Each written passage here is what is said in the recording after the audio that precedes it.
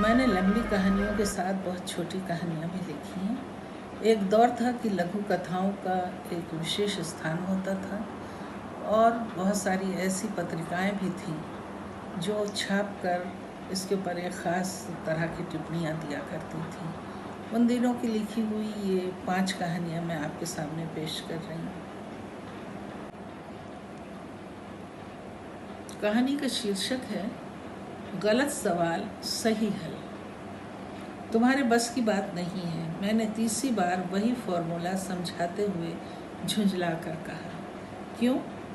गणित के प्रश्नों को हल करना एक मुश्किल काम है और तुम्हारा नाजुक दिमाग इतनी सख्ती नहीं झेल पाएगा। वो मेरे मजाक में छुपी हकीकत को महसूस करने के बावजूद बड़े विश्वास से बोली, लेकिन मुझे इसकी ज़रूरत है।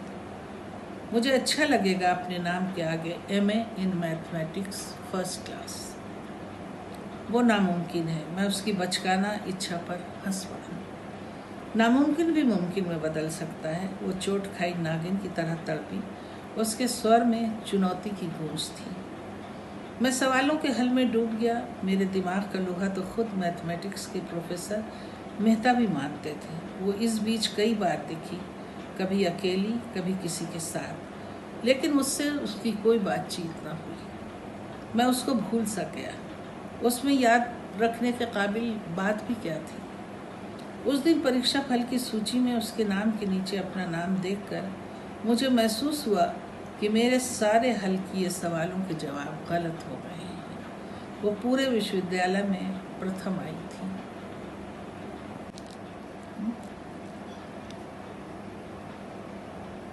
इस कहानी का शीर्षक है नज़रिया।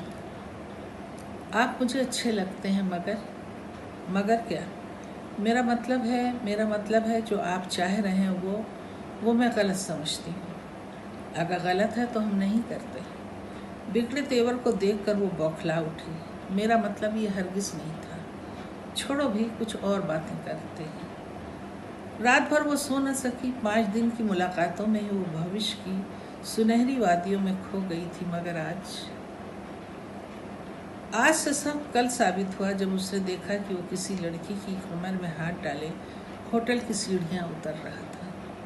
उसकी फैली आंखें देखकर वो बोला, गलत काम करवाना अपनी आदत नहीं है। कार का दरवाज़ा बंद हो गया। धूल के गुबार के बीच वो लुटी सिमटी पशेमान सी खड़ी रह गई। मेरी इस कहानी का शीर्षक है उलझन।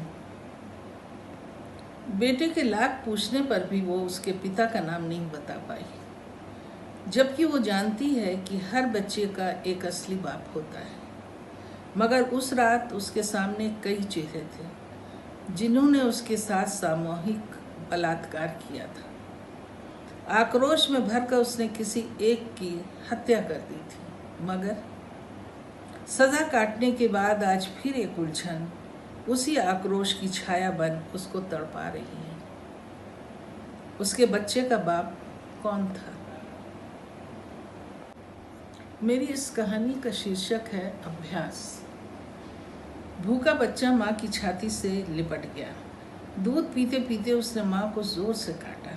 माँ सिहर उठी। दर्द को पीकर उसने प्यार से बेटे की पीठ पर धप लगाई। शैतान कहीं का। बच्चा हंसने लगा, फिर बिना कुछ समझे दूध पीता रहा और काटता रहा। माँ अपना कर्तव्य निभाती रही। बच्चा खेल समझ स्वार्थ का पहला पाठ दोहराता रहा जब तक उसका पेट भर नहीं गया।